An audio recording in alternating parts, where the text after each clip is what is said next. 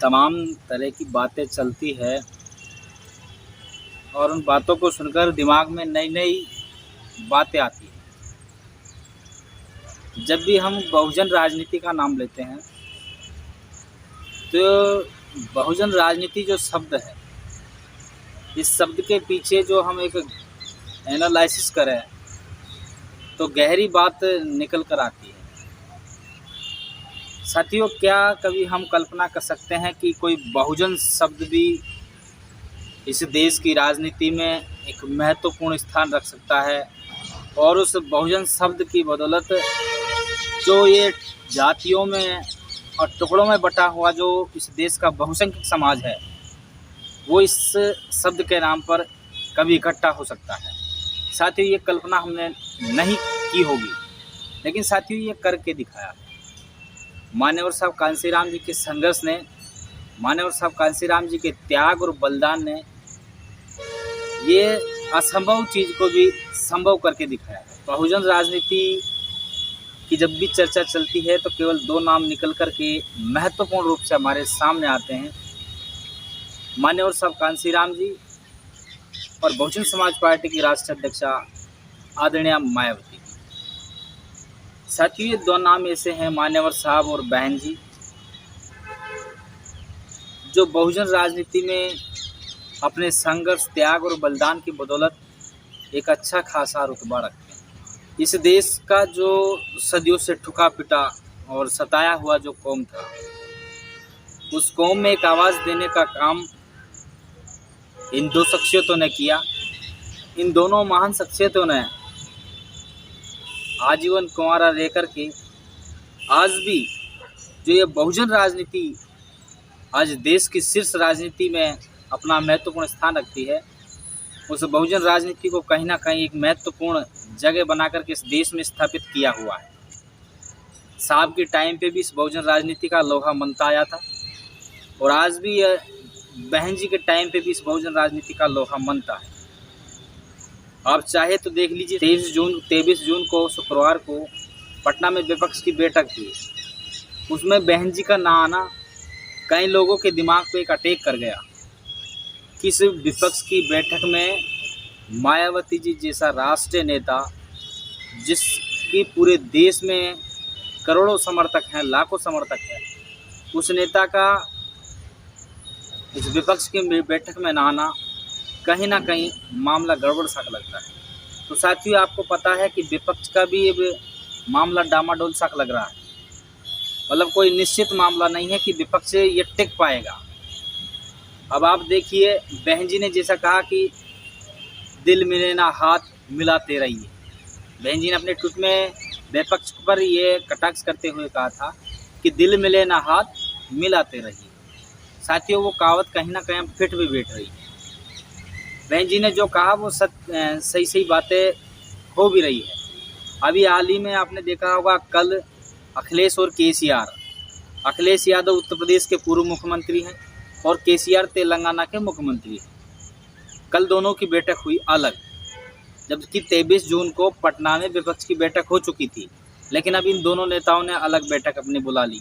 तो कहीं ना कहीं अलग अलग विपक्ष के जो नेता हैं अलग अलग घूम रहे हैं, इनके बीच में कहीं ना कहीं आनाकानी तो है, इसीलिए तो अलग अलग खिचड़ी इन लोगों की पक रही है।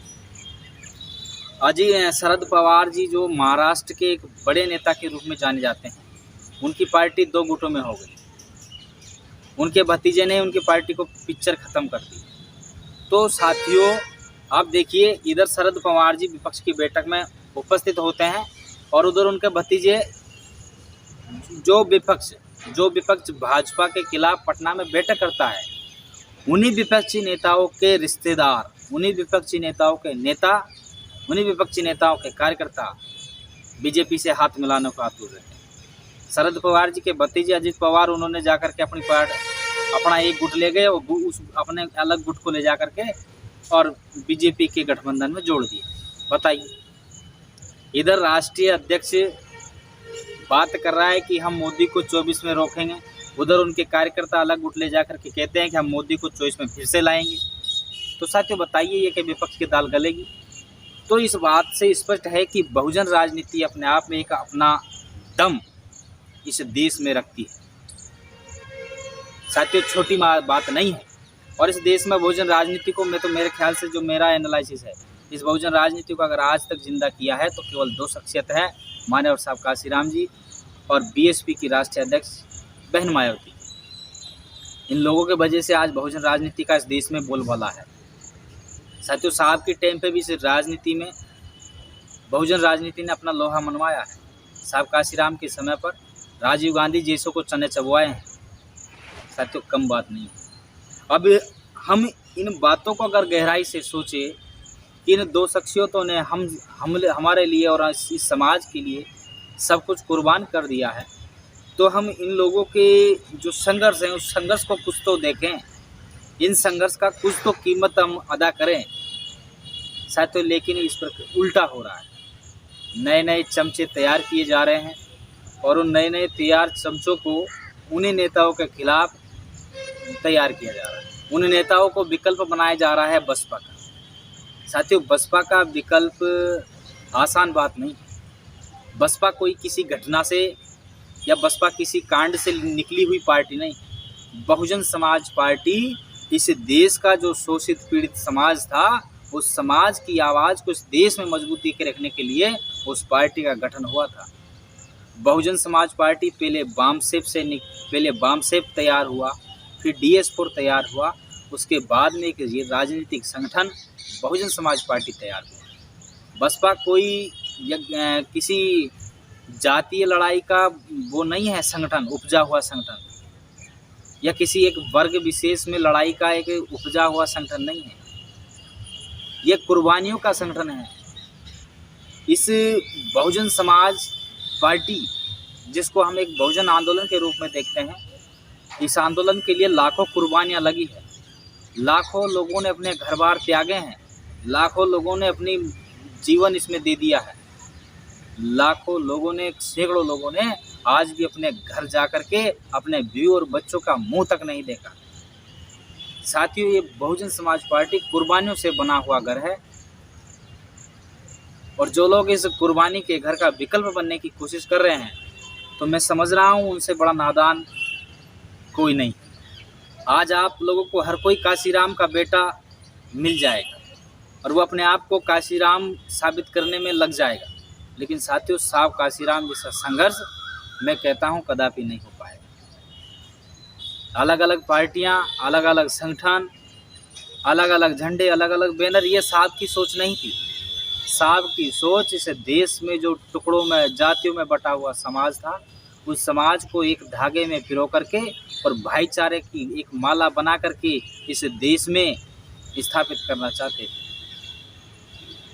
साथियों, लेकिन आज उसका विपरीत है। अलग अलग पार्टी, पहले हमें जातियों में बांटा गया, इस समाज को पहले जातियों में बांटा गया और आज पार्टियों में बांट करके इस समाज को खंड खंड करने का काम किया जा रहा है। मेरा तो उन लोगों से भी अनुरोध है जो नई नई पार्टियां बना करके घूम रहे हैं, मेरे भाइयों, समय रहते जाग जाइए, चेत जाइए, एक हो जाइए। 24 का समय आप लोगों के लिए और हम लोगों के लिए बहुत बुरा दौर आने वाला है। अगर आप लोग समय रहते नहीं जागे तो ये 24 में आप लोगों का अस्तित्व इस देश में नहीं बचेगा। ना कोई बहुजन राजनीति दोबारा पैदा होगी, ना कोई बहुजन राजनीति दोबारा खड़े होगी, ना ही तुम ये नई नई पार्टियां बनाने की औकात तुम्हारी रहेगी।